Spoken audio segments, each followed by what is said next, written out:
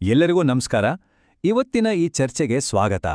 ನಾವಿಂದು ತುಂಬಾ ಸಿಂಪಲ್ ಆಗಿ ಕಾಣೋ ಆದರೆ ಅಷ್ಟೇ ಇಂಟ್ರೆಸ್ಟಿಂಗ್ ಆಗಿರೋ ಒಂದು ಪ್ರಶ್ನೆಗೆ ಉತ್ತರ ಹುಡ್ಕೋಣ. ಅದೇನಪ್ಪಾ ಅಂದ್ರೆ, ಗಾಳಿ ಯಾಕೆ ಬೀಸುತ್ತೆ? ಇದು ಯಾವುದೋ ಮ್ಯಾಜಿಕ್ ಅಲ್ಲ, ಬದಲಿಗೆ ಪಕ್ಕಾ ಸೈನ್ಸ್. ಬನ್ನಿ ಇದರ ಬಗ್ಗೆ ಪೂರ್ತಿಯಾಗಿ ತಿಳ್ಕೊಳ್ಳೋಣ. ಸರಿ, ಮೊದಲು ನಮ್ಮ ಸುತ್ತಮುತ್ತ ಇರೋ ಒಂದು ಕಾಣದ ಶಕ್ತಿ ಬಗ್ಗೆ ಮಾತಾಡೋಣ. ಏನದು ಶಕ್ತಿ? ಅದು ಹೇಗೆ ಕೆಲಸ ಮಾಡುತ್ತೆ? ಯೋಚನೆ ಮಾಡಿ. ಕಣ್ಣಿಗೆ ಕಾಣಿಸಲ್ಲ, ಆದ್ರೆ ಬಿಸಿಲಲ್ಲಿ ನಮಗೆ ತಂಪು ಕೊಡುತ್ತೆ, ಮರಗಳನ್ನ ಅತ್ತಿಟ್ಟ ತೂಗುತ್ತೆ, ಆಕಾಶದಲ್ಲಿರೋ ಮೋಡಗಳನ್ನ ಓಡಿಸ್ಕೊಂಡೋಗುತ್ತೆ. ಏನಿದು ಅದ್ಭುತ ಶಕ್ತಿ? ಹೌದು, ಅದು ಗಾಳಿ. ಆದ್ರೆ ಈ ಗಾಳಿ ಅಂದ್ರೆ ಏನು? ಎಲ್ಲಿಂದ ಬರುತ್ತೆ? ಆ ದೊಡ್ಡ ಪ್ರಶ್ನೆಗೆ ಉತ್ತರ ತಿಳ್ಕೊಳ್ಳೋ ಮುಂಚೆ 2 ಪದಗಳನ್ನ ಸರಿಯಾಗಿ ಅರ್ಥ ಮಾಡ್ಕೋಬೇಕು. ಒಂದು ವಾಯು, ಇನ್ನೊಂದು ಗಾಳಿ. ಇವೆರಡು ಒಂದೇನಾ, ಇಲ್ಲ ಬೇರೆ ಬೇರೆನಾ?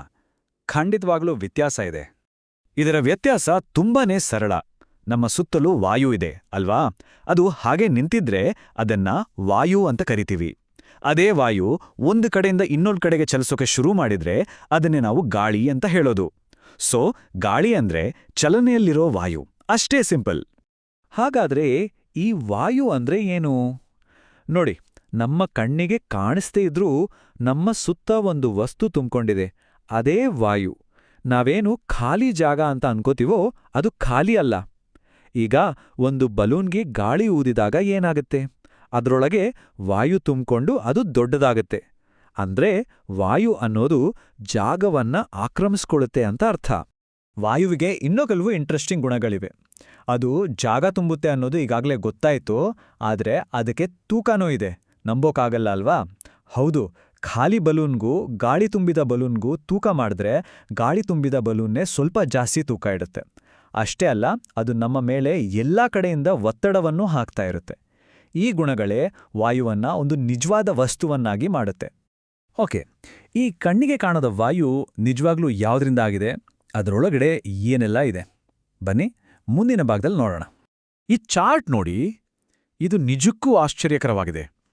ನಾವು ಉಸಿರಾಡೋ ವಾಯುವಿನಲ್ಲಿ ಅತಿ ಹೆಚ್ಚು ಇರೋದು ನೈಟ್ರೋಜನ್, ಸುಮಾರು 78%. ನಾವು ಬದುಕೋಕೆ ಬೇಕೇ ಬೇಕಾಗಿರೋ ಆಕ್ಸಿಜನ್ ಅಂದ್ರೆ ಆಮ್ಲಜನಕ ಇರೋದು ಬರೀ 21% ಅಷ್ಟೇ. ಉಳಿದ 1%ನಲ್ಲಿ ಕಾರ್ಬನ್ ಡೈಆಕ್ಸೈಡು, ಆರ್ಗ್ಯಾನೋ ತರಹ ಬೇರೆ ಬೇರೆ ಗ್ಯಾಸ್ಗಳಿವೆ. ಇದರ ಅರ್ಥ ಏನು ಗೊತ್ತಾ? ನಾವು ಪ್ರತಿ ಸಲ ಉಸಿರು ತಗೊಂಡಾಗ ಬರೀ ಆಕ್ಸಿಜನ್ ಮಾತ್ರ ಹೋಗಲ್ಲ. ಬದಲಿಗೆ ಈ ಎಲ್ಲಾ ಗ್ಯಾಸ್ಗಳ ಒಂದು ಮಿಕ್ಸ್ಚರ್ ನಮ್ಮ ಶ್ವಾಸಕೋಶದೊಳಗೆ ಹೋಗುತ್ತೆ. ಇದರಲ್ಲಿ ಆಕ್ಸಿಜನ್ ಅನ್ನೋದು ಕೇವಲ ಒಂದು ಭಾಗವಷ್ಟೇ. ಓಕೆ, ಈಗ ವಾಯು ಅಂದ್ರೆ ಏನು, ಅದರಲ್ಲಿ ಏನೇನಿದೆ ಅಂತ ಒಂದು ಐಡಿಯಾ ಬಂತು. ಹಾಗಾದ್ರೆ ನಮ್ಮ ಇವತ್ತಿನ ಮುಖ್ಯ ಪ್ರಶ್ನೆಗೆ ವಾಪಸ್ ಬರೋಣ. ಈ ವಾಯು ಯಾಕೆ ಚಲಿಸುತ್ತೆ?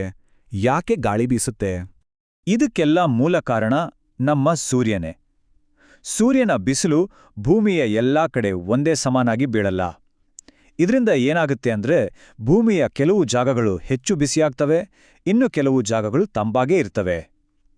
ಈ ಟೆಂಪರೇಚರ್ನಲ್ಲಿರೋ ವ್ಯತ್ಯಾಸವೇ ಗಾಳಿ ಬೀಸೋಕೆ ಮುಖ್ಯ ಕಾರಣ. ಈ ಪ್ರಾಸೆಸ್ನ 3 ಸ್ಟೆಪ್ಸ್ನಲ್ಲಿ ಅರ್ಥ ಮಾಡ್ಕೋಬೋದು. 1, ಸೂರ್ಯ ಭೂಮಿಯನ್ನ ಬಿಸಿ ಮಾಡ್ತಾನೆ. 2, ಬಿಸಿಯಾದ ನೆಲದ ಮೇಲಿರೋ ವಾಯು ಕೂಡ ಬಿಸಿಯಾಗಿ ಹಗುರವಾಗಿ ಮೇಲಕ್ಕೆ ಹೋಗುತ್ತೆ. 3, ಆ ಜಾಗ ಖಾಲಿ ಆಯ್ತಲ್ವಾ, ಅದನ್ನ ತುಂಬೋಕೆ ಅಕ್ಕಪಕ್ಕದಲ್ಲಿರೋ ತಣ್ಣಗಿನ ಮತ್ತು ಭಾರವಾಗಿರೋ ವಾಯು ಜೋರಾಗಿ ನುಗ್ಗುತ್ತೆ. ಹೀಗೆ ವಾಯು ಚಲಿಸೋದೇ ನಮ್ಗೆ ಗಾಳಿ ಅಂತ ಅನ್ಸೋದು. ಇದೇ ಒಂದು ಸಣ್ಣ ಸೈಂಟಿಫಿಕ್ ಐಡಿಯಾ ನಮ್ಮ ದಿನನಿತ್ಯದ ಜೀವನದಲ್ಲಿ ನಮಗೆ ಬೇರೆ ಬೇರೆ ರೂಪದಲ್ಲಿ ಕಾಣಿಸುತ್ತೆ. ಗಾಳಿ ಅಂದ ತಕ್ಷಣ ಎಲ್ಲವೂ ಒಂದೇ ಥರ ಇರಲ್ಲ. ಗಾಳಿ ಯಾಕಿಷ್ಟು ಬೇರೆ ಬೇರೆ ಸ್ಪೀಡಲ್ಲಿ ಬೀಸುತ್ತೆ? ಸೌಮ್ಯವಾದ ತಂಗಾಳಿ, ಜೋರಾದ ಗಾಳಿ, ಕೆಲವೊಮ್ಮೆ ಬಿರುಗಾಳಿ. ಇದೆಲ್ಲದಕ್ಕೂ ಕಾರಣ ಅದೇ ಟೆಂಪರೇಚರ್ ವ್ಯತ್ಯಾಸ.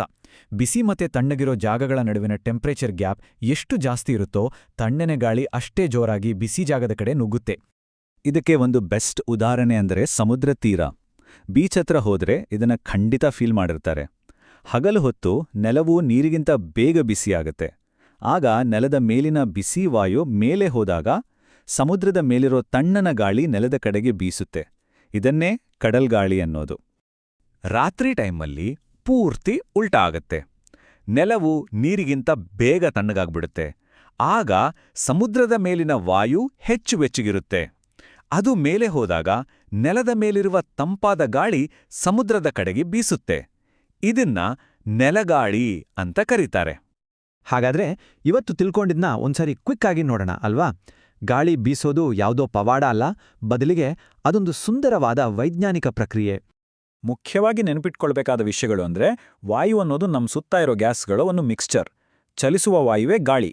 ಬಿಸಿ ವಾಯು ಮೇಲೆ ಹೋಗಿ ಆ ಖಾಲಿ ಜಾಗವನ್ನು ತುಂಬೋಕೆ ತಂಪಾದ ವಾಯು ಚಲಿಸೋದ್ರಿಂದಲೇ ಗಾಳಿ ಉಂಟಾಗುತ್ತೆ. ಆದ್ರೆ ಎಲ್ಲದಕ್ಕೂ ಮೂಲ ಕಾರಣ ಸೂರ್ಯ ಭೂಮಿಯನ್ನ ಒಂದೇ ಸಮನಾಗಿ ಬಿಸಿ ಮಾಡದೇ ಇರೋದು. ಕೊನೆಯದಾಗಿ ಈ ಒಂದು ಮಾತನ್ನ ಮನ್ಸಲ್ಲಿಟ್ಕೊಳ್ಳಿ, ಗಾಳಿ ಅನ್ನೋದು ಮ್ಯಾಜಿಕ್ ಅಲ್ಲ, ಅದು ಪಕ್ಕಾ ಸೈನ್ಸ್. ಮುಂದಿನ ಸಲ ತಂಗಾಳಿಯನ್ನ ಅನುಭವಿಸಿದಾಗ ಅದರ ಹಿಂದಿರೋ ಈ ಅದ್ಭುತ ವಿಜ್ಞಾನವನ್ನ ನೆನಪುಮಾಡ್ಕೊಳ್ಳಿ.